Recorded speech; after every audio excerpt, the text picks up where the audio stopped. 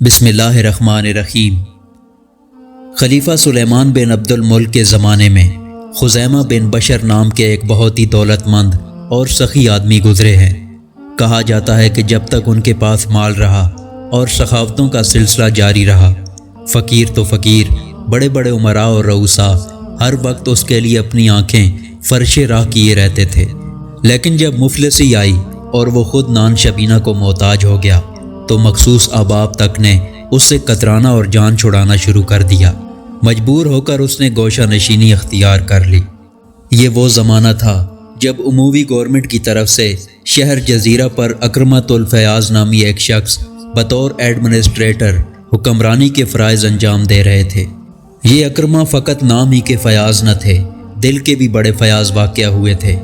ایک دن کسی نے ان سے خزیمہ کی یہ کیفیت جا کے بیان کر دی۔ انہوں نے یہ سنتے ہی کہ اب خزیمہ دانے دانے کو محتاج ہو کر گوشہ نشین ہو گیا ہے، فوراً مجلس برخاست کر کے گھر کے اندر آ گئے اور دن ڈوبتے ہی 4000 اشرفیوں کی تھیلی ایک غلام کو پکڑا کر خزیمہ کے گھر کی طرف چل دیے۔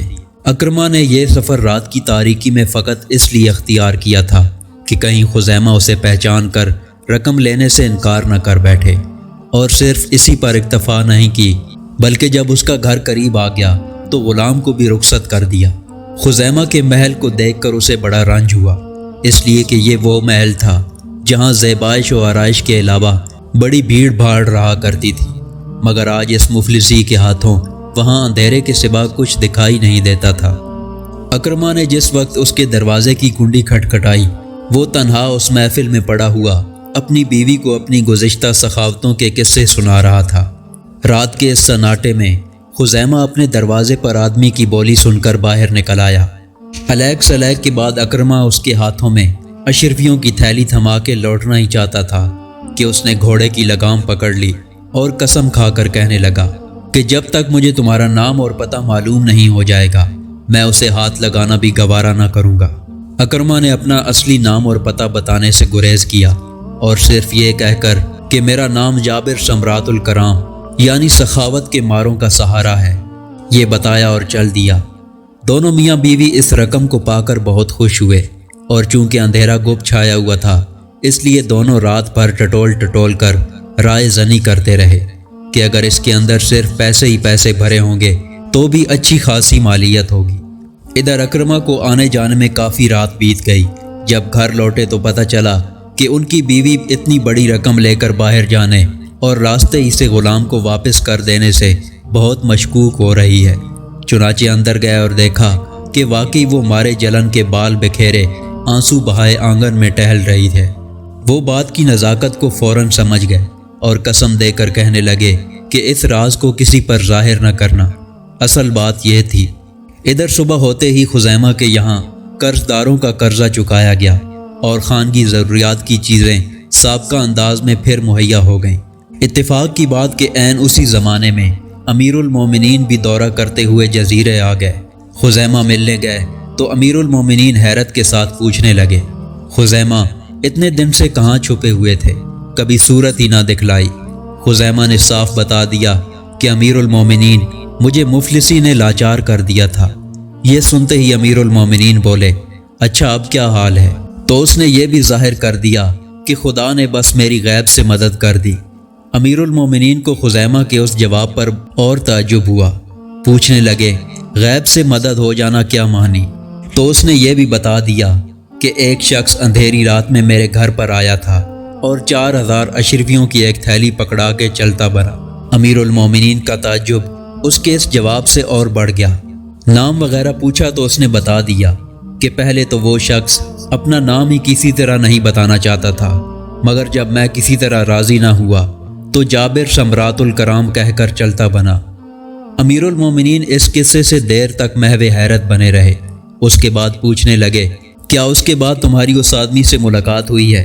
خزیمہ نے انکار کے طور پر سر ہلایا تو وہ چپ ہو گئے اور کہنے لگے، اچھا اب جب بھی تمہیں وہ کہیں مل جائے تو ہم سے بھی لا کر ضرور ملانا۔